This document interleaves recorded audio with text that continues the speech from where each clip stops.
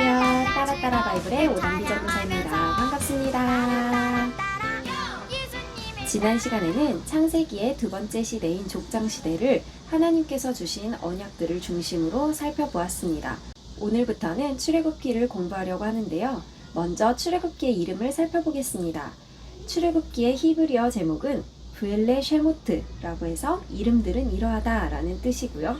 헬라어는 엑소더스라고 해서 탈출, 밖으로 나감이라는 뜻을 가지고 있습니다. 출애굽기는 입애굽한 야곱의 아들들의 이름을 나열함으로써 시작을 하고 있는데요. 이는 창세기 46장에 나타난 입애굽했을 때의 야곱의 가족들의 이름을 전부 나열한 것을 이어서 설명하고 있는 것이라고 볼 수가 있습니다. 그리고 헬라어 이름은 지난 강의에서 설명드렸다시피 누가복음 9장 31절에 나타난 예수님의 별세라는 단어와 같은 맥락으로 사용되는 것으로 보아 이는 우리를 구속하는 구원의 역사를 이야기하는 것이다 라는 뜻을 가지고 있음을 알 수가 있습니다. 이렇게 출애굽기는 입애굽한 야곱의 자손들, 즉 이스라엘 백성들이 어떻게 출애굽을 하고 하나님의 구원과 임재를 경험하는지를 보여주는 책입니다. 출애굽기는 총 40장으로 이루어져 있는데요. 이것을 크게 두 가지로 나누어서 살펴보면은 첫 번째는 1장에서 19장까지 출애굽의 여정을 기록한 부분입니다. 이것은 애굽에서부터 시내산에 도착하기까지의 여정을 그린 것이고요. 두 번째는 20장에서 40장까지의 내용으로 시내산에 도착한 이스라엘 민족이 하나님께 율법을 받는 내용입니다. 오늘은 첫 번째 1장에서부터 19장까지 출애굽의 여정을 살펴보려고 하는데요. 이 출애굽의 여정은 두 가지로 또 크게 나누어 볼 수가 있습니다. 첫 번째는 1장에서 11장까지 애굽에서 있었던 이야기이고요. 두 번째는 12장부터 19장까지 이제는 출애굽하여서 시내산까지 가는 여정을 그린 내용입니다. 이스라엘 민족이 출애굽할 것이라는 것은 하나님께서 아브라함에게 횃불 언약을 통해 말씀하신 것을 통해 이미 알고 있습니다. 창세기 15장 14절에서 16절의 말씀을 보면 4대 만에 이 땅으로 돌아오리라 라고 말씀을 하시는데요. 1대가 100년이라고 치면은 4대는 400년입니다. 실제로 출애굽은 430년 만에 이루어졌습니다. 이것은 출애굽기 12장 40절에서 볼 수가 있습니다. 요셉이 애굽을 치리하던 시절에는 이방 민족이 애굽으로 들어와 애굽을 점령하고 이방 왕조를 세워서 통치하던 시절이었기 때문에 히브리인인 요셉이 총리가 되어도 이상할 것이 없는 상황이었습니다. 하지만 시간이 지나면서 다시 애굽인들이 자신들의 왕권을 되찾았고 그래서 이제는 이방 민족에 대한 경계심이 많이 높아진 상황이었습니다. 많은 수를 이루어서 살고 있는 이스라엘 민족은 당연히 애굽인들에게 눈의 가시가 될 수밖에 없습니다. 그렇기 때문에 애굽인들은 이들의 힘을 억제하기 위해서 이들을 고된 노동을 시키고 남자아이들을 죽이는 등 이렇게 이스라엘 민족을 심하게 탄압하고 학대하기 시작했습니다. 이때 하나님은 이스라엘 민족을 구원하시기 위해서 모세라는 인물을 준비시키시는데요. 모세가 애굽 병사들의 손에 죽게 놔두시지 않고 이를 나일강에 띄워서 공주에게 발견되게 하시고 왕궁에서 안전하게 자라도록 하십니다. 하지만 모세는 히브리인의 정체성을 가지고 있었기 때문에 애굽 병사가 히브리인을 괴롭히는 것을 보고 우발적으로 그 병사를 죽이게 되죠. 이를 알게 된 왕이 모세를 죽이려 하자 모세는 광야로 도망을 하게 됩니다. 그렇게 보낸 세월이 40년의 세월이었습니다. 모세가 40년의 세월을 광야에서 보낸 뒤에 하나님께서는 호렙산에서 모세를 부르십니다. 이때 하나님은 이스라엘 민족의 고통 소리를 들으시고 그의 언약을 기억하셨다라고 말씀을 하셨습니다. 이것은 이제 그 언약을 성취하실 때가 되었다라는 것이죠. 그래서 모세를 들어서 쓰시고자 했던 것입니다. 그리고 나서 하나님께서는 이스라엘 민족에게 내가 내려가서 내가 그들을 애굽인의 손에서 건져내고 그리고 젖과 꿀이 흐르는 땅으로 내가 데려가려 한다라고 말씀을 하시며 모세 보고 가라고 하십니다. 하지만 모세는 하나님께서 내려간다라는 것을 믿지 못하고 질문과 거절을 5번이나 하게 되는데요. 첫 번째는 내가 누구이기에 가서 애굽인의 손에서 그들을 건져내리까 라고 이야기를 합니다. 그때 하나님은 내가 너와 함께한다. 너는 하나님과 함께하는 사람이야 라는 것을 말씀하십니다. 그리고 두 번째는 하나님은 누구십니까? 하나님의 이름을 무엇이라고 합니까? 라고 물어보게 됩니다. 그래서 하나님은 나는 스스로 있는 자다 라고 말씀을 하시고요. 그리고 나는 여호와다 라고 말씀을 하십니다. 그러면서 여호와 하나님은 바로 아브라함의 하나님, 이삭의 하나님, 야곱의 하나님이다 라고 말씀을 하시며 언약의 하나님임을 다시 한번 강조를 하십니다.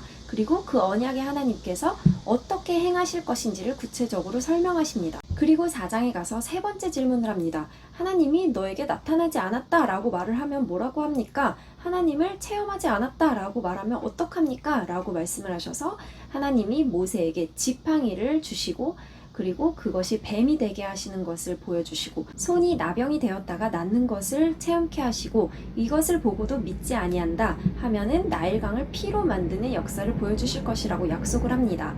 하나님께서 그렇게까지 체험하게 하셨는데도 모세는 계속해서 두려워합니다. 그래서 나는 입이 뻣뻣하고 둔한 자입니다 라고 이야기를 하면서 자꾸만 가지 않으려고 하죠. 그때 하나님이 내가 너의 입과 함께 있어서 할 말을 가르칠 것이다 라고 이야기를 하십니다. 하지만 모세는 여기에서 마지막으로 또 거절을 하게 됩니다. 오 주여 보낼 만한 자를 보내소서라고 합니다. 그래서 하나님께서는 이제는 모세에게 화를 내시게 됩니다. 여호와께서 모세를 향하여 노하여 이르시되 네 형 아론이 있지 아니하냐 하면서 아론과 함께 보내시게 됩니다. 모세는 태어나서 40년 동안 왕궁에서 왕자로 자랐고 그리고 그 이후에는 40년 동안 광야에서 지내면서 자신의 모든 자의식과 이러한 정체성이 무너졌을 것입니다. 하지만 하나님께서는 모세의 힘으로 하는 것이 아니라 하나님이 행하실 것에 대해서 가르치셨습니다. 그리고 이제 바로에게 찾아가 이스라엘 민족들을 놓아주라고 이야기를 하게 됩니다. 하지만 바로가 바로 듣지 않죠. 그래서 10가지의 재앙이 단계별로 시작되게 됩니다. 첫 번째는 피재앙, 두 번째는 개구리, 세 번째는 이, 네 번째는 파리, 다섯 번째는 악질, 여섯 번째는 독종, 일곱 번째는 우박, 그리고 여덟 번째는 메뚜기, 아홉 번째는 흑암, 열 번째는 장자의 죽음으로 이렇게 10가지의 재앙이 차례대로 나타나게 됩니다. 여기에서 첫 번째부터 세 번째까지 피재앙, 개구리 재앙, 이 재앙은 이스라엘 민족도 애굽인과 같이 그 재앙들을 겪게 됩니다. 하지만 네 번째 파리 재앙부터는 달라집니다. 이제는 내 민족과 내 민족이 아닌 사이를 구별하여서 내 민족은 이렇게 구별되어야 한다라는 것을 보여주기 시작하십니다. 그리고 이 10가지의 재앙의 목적이 있었습니다. 이 목적은 12장 12절에 보면은 애굽의 우상들을 심판하고 그리고 내가 하나님이다 라는 것을 보여주기 위함이었다라고 말씀을 하십니다. 지난 강의 때도 말씀을 드렸지만 애굽에는 정말 작은 것들까지도 신으로 섬기는 우상숭배의 문화가 만연했기 때문에 하나님은 이 우상숭배를 모두 다 타파하기를 원하셨고 그리고 하나님이 진짜 하나님이고 유일한 하나님이라는 것을 보여주고자 하셨습니다. 특별히 마지막 장자재앙의 죽음은 이스라엘 민족과 애굽 민족을 확실하게 구별하는 사건이었는데요. 이때 하나님은 그렇게 구별하기 위해서 무엇을 시키시냐 하면 어린 양의 피를 가져다가 문설주에 바르라 라고 이야기를 하십니다. 그 피를 볼 때 내가 넘어가겠다 라고 말씀을 하십니다. 이것은 예수 그리스도의 피를 우리가 입었을 때 하나님께 재앙을 받지 아니하고 심판을 받지 아니하고 우리가 구원받은 백성으로 하나님 나라의 백성으로 살아갈 수 있음을 이야기하는 것입니다. 그런데 이 구원의 은혜는 이스라엘 민족에게만 국한된 것이 아니었습니다. 사실 이스라엘 민족을 구별하기 위함이었지만 이 말씀을 듣고 진짜 자신의 집에도 피를 발랐던 애굽인들의 집에는 장자의 죽음의 재앙이 임하지 않았습니다. 반면 이스라엘 민족이었다 할지라도 어린 양의 피를 바르지 않았던 집에는 장자의 죽음이 임한 것을 볼 수가 있습니다. 이것을 보면 예수님이 오셔서 모든 민족에게 구원이 임했다라고 하지만 원래부터 하나님은 모든 민족에게 하나님의 구원을 베푸시는 분이었습니다. 하지만 우리에게 구원의 예표를 보여주시기 위해서 이스라엘 민족이라는 특정한 민족을 세워서 말씀하신 것입니다. 그리고 애굽 사람들은 정말 이스라엘 민족을 두려워하기 시작했습니다. 그래서 주변에서 물품을 가져다 주면서 이제 우리를 떠나가라, 이제 이 땅을 떠나라 라고 이야기를 하게 됩니다. 이제 이스라엘 민족이 드디어 출애굽을 하게 됩니다. 출애굽을 하는데 바로 가나안 땅으로 들어갈 길은 블레셋 민족이 가로막고 있기 때문에 홍해 광야길로 인도하시게 됩니다. 홍해 광야길로 가면서 하나님께서는 낮에는 구름기둥, 밤에는 불기둥으로 이들을 지키십니다. 사막이었기 때문에 낮에는 햇빛이 뜨거워 구름이 가려줘야 지낼 수가 있었고 밤에는 급격하게 추워지기 때문에 불기둥이 있어야 따뜻하게 이들이 지낼 수 있었기 때문에 하나님은 낮에는 시원하게 밤에는 따뜻하게 이들을 보호하시고 지키시면서 함께 하셨습니다. 그렇게 가다가 이들은 홍해를 만나게 됩니다. 하지만 이때 애굽의 병사들이 다시 이들을 잡으러 쫓아오게 됩니다. 그래서 이들은 그 자리에서 또 하나님을 불평하게 됩니다. 매 순간 이들을 지키시고 보호하시는 하나님의 은혜를 벌써 잊어버리고 하나님께 불평을 하고 원망을 하게 됩니다. 하지만 이때 모세를 통해서 하나님은 이렇게 말씀하십니다. 너희는 가만히 서서 하나님이 행하시는 구원을 봐라 라고 말씀을 하십니다. 그러면서 여호와께서 너희를 위하여 싸우시리니 너희는 가만히 있을지니라. 그렇습니다. 우리의 구원은 우리의 어떠함으로 구원을 얻는 것이 아니라 하나님께서 행하시는 일을 우리는 바라보는 그런 은혜를 경험하는 것이 바로 우리의 구원입니다. 그렇게 해서 이제 출애굽의 여정이 다시 본격적으로 시작이 되었는데요. 이 여정에는 계속해서 원망과 불평이 따릅니다. 하나님의 구원을 경험했음에도 불구하고 광야에서 오는 어려움들 때문에 자꾸만 하나님을 믿지 못하고 원망하고 불평하게 됩니다. 첫 번째는 마라라는 곳에 도착을 했는데 물이 너무 써서 마실 수가 없었습니다. 그래서 그 쓴 물 때문에 불평을 하게 되죠. 또 16장에 가서는 만나와 메추라기를 매일매일 보내주시는 장면이 나옵니다. 처음에는 만나만 내려주셨는데 또 고기가 없다고 불평을 하는 바람에 하나님이 또 메추라기를 보내주시게 되죠. 그리고 17장에 가서는 또 물이 없다고 원망하고 불평하는 백성들에게 반석을 쳐서 물을 내어 이들을 마시게 하셨습니다. 이렇게 이스라엘 민족은 끊임없이 하나님의 구원과 하나님의 기적을 체험하면서도 하나님을 의심하고 시험하였습니다. 그리고 17장 후반절에는 아말렉과의 전투를 통하여서 모세가 손을 들면 이기고 손을 내리면 지는 경험을 통하여서 하나님이 함께 계실 때 이기고 하나님이 함께 계시지 않으면 지는, 그래서 하나님만 의지하고 살아갈 수밖에 없는 이스라엘 민족임을 보여주십니다. 그리고 18장에서 모세의 장인 이드로가 방문을 하여서 이 많은 인원을 어떻게 치리할 것인가를 고민하다가 재판 제도를 만들기 위해 부장 제도를 세우시게 됩니다. 그래서 1000부장, 100부장, 50부장, 10부장 이렇게 해서 부장들을 세워서 이제 이들을 효율적으로 재판할 수 있도록 만들고 갑니다. 이러한 과정을 거쳐 이스라엘 민족은 출애굽한 지 3개월 만에 시내산이라는 곳에 도착을 하게 됩니다.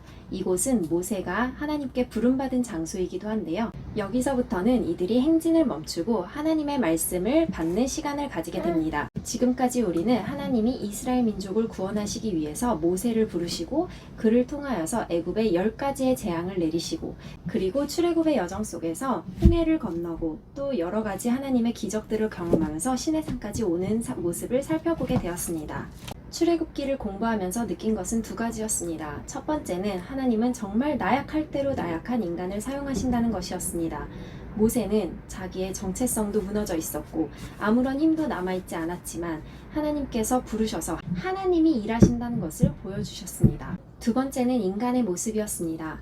하나님의 구원을 경험하고 계속해서 기적을 경험하며 매일매일 함께 하시는 삶을 살아가고 있음에도 불구하고 내가 조금만 부족한 것이 생기면 하나님을 원망하고 불평하는 모습을 발견하게 됩니다. 그리고 애굽으로 다시 돌아가고자 하는 모습들을 발견하게 됩니다. 그것은 신앙생활을 하고 있는 우리의 모습과 같습니다. 세상의 노예, 죄의 노예로 살던 우리가 하나님의 구원과 하나님의 기적을 맛보며 살아가는 삶을 살아가고 있는데 그것이 조금만 어렵고 힘들어진다고 하면은 하나님을 원망하고 이전에 세상에서 살던 삶, 죄의 노예로 살던 삶을 그리워하며 다시 돌아가고자 하는 우리의 모습을 발견하게 됩니다. 하지만 그런 우리를 하나님은 끝까지 인도하십니다.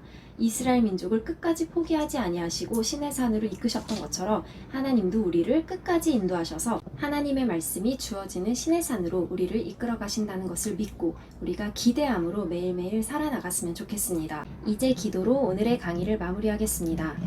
사랑의 하나님 감사합니다. 오늘 출애굽기를 통하여서 하나님의 마음을 알아보고 하나님이 언약하시고 지키시는 신실한 하나님이심을 보여주심을 감사합니다. 하나님, 하나님의 언약을 이루시는 데에는 우리의 어떠함도 필요하지 않음을 느낍니다. 모세가 아무것도 없고 아무런 힘도 없었지만 하나님이 하셨기 때문에 그가 민족들의 지도자가 될 수 있었던 것처럼 하나님, 하나님이 하시는 일에는 우리가 그저 말씀하실 때 순종하는 것 말고는 다른 할 일이 없음을 우리가 깨닫게 됩니다. 그리고 하나님을 늘 잊어버리고 죄된 모습으로 돌아가고자 하는 우리의 죄된 모습을 하나님 용서하여 주시고 우리가 늘 하나님 앞에 다시 돌아갈 수 있도록 우리를 말씀으로 깨우쳐 주시고 인도하여 주시옵소서. 오늘 말씀 가운데 함께 계신 하나님을 찬양하며 감사하며 예수님의 이름으로 기도드렸습니다. 아멘. 우리 다음 시간에 또 만나요. 안녕.